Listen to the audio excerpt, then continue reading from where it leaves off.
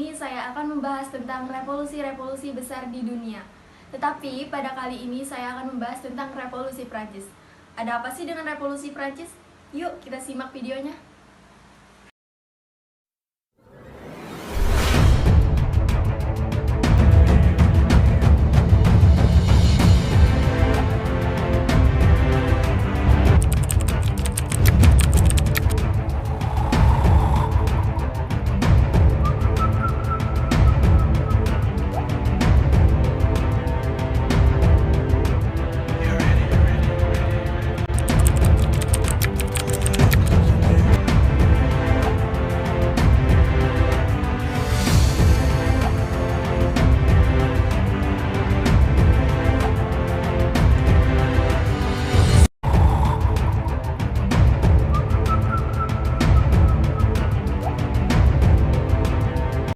Latar belakang meletusnya revolusi Prancis pada dasarnya ialah untuk menentang kekuasaan raja yang absolut.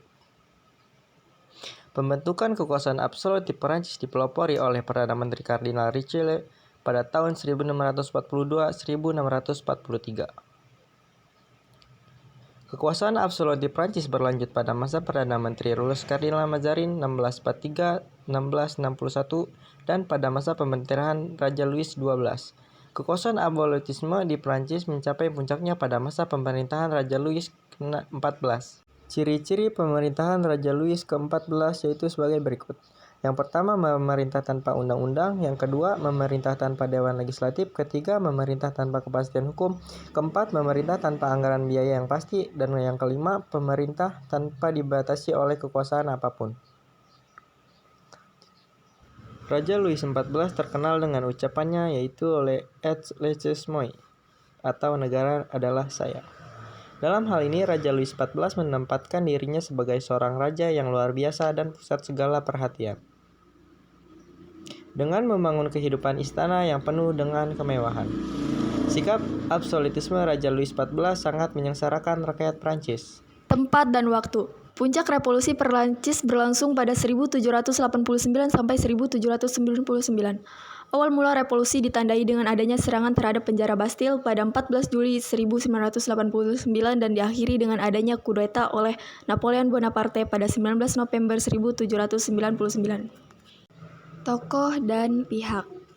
Napoleon Bonaparte adalah salah satu tokoh terbesar yang berpengaruh dalam peristiwa revolusi Prancis 1789-1799.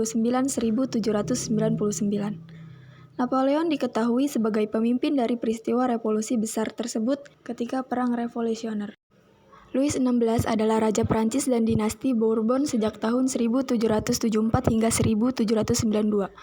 Louis sebenarnya adalah raja yang serius dan dicintai rakyat. Tetapi ketidakcakapannya dalam memerintah, sikapnya yang konservatif dan keadaan keuangan yang buruk sejak zaman raja sebelumnya membuat rakyatnya menderita dan mulai menyalahkannya. Istrinya adalah Marie Antoinette dan bersamanya mereka mempunyai 4 orang anak.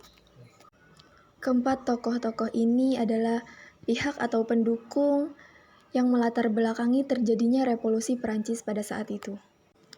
Adapun faktor-faktor yang mempengaruhi meletusnya revolusi Prancis adalah 1. Sebab umum.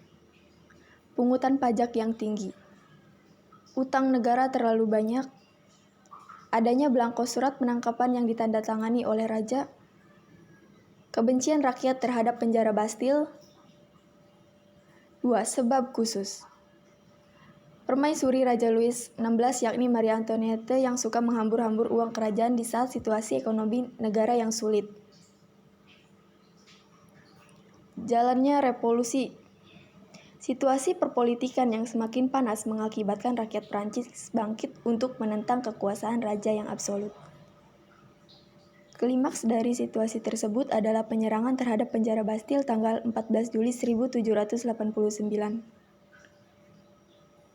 Penjara Bastille merupakan lambang keabsolutan Raja Louis XVI dengan semboyan Revolusi Prancis, Liberté, kebebasan, Égalité, persamaan, Fraternité, persaudaraan.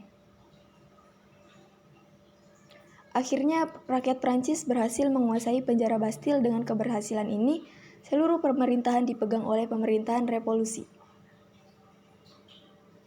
Tindakan yang dilakukan oleh pemerintah revolusi antara lain sebagai berikut. 1. Membentuk pasukan keamanan nasional yang dipimpin Jenderal Lafayette. 2. Menyusun Majelis Konstituante atau Dewan Rakyat. 3. Menghapus hak istimewa golongan bangsawan. 4. Menghapus pernyataan hak-hak manusia dan warga yang merupakan salah satu piagam tentang hak asasi manusia. Akhir revolusi. Pemerintah revolusi akhirnya berhasil membentuk konstitusi Prancis pada tahun 1791. Maka sejak saat itu Prancis menjadi sebuah negara yang berbentuk monarki konstitusi kerajaan berundang-undang. Yang berarti bahwa kekuasaan raja berada di bawah kekuasaan dewan dan segala kekuasaannya sudah diatur oleh undang-undang. Sementara itu, kaum revolusioner akhirnya berhasil menangkap Raja Louis XVI beserta istrinya kemudian memenggal pada tahun 1792. Dampak revolusi Perancis. Dampak revolusi Perancis yang pertama yaitu penghapusan feodalisme. Dihapuskannya feodalisme menyebabkan tidak ada lagi golongan-golongan masyarakat dengan hak dan kewajiban yang berbeda. 2. Meluasnya paham nasionalisme.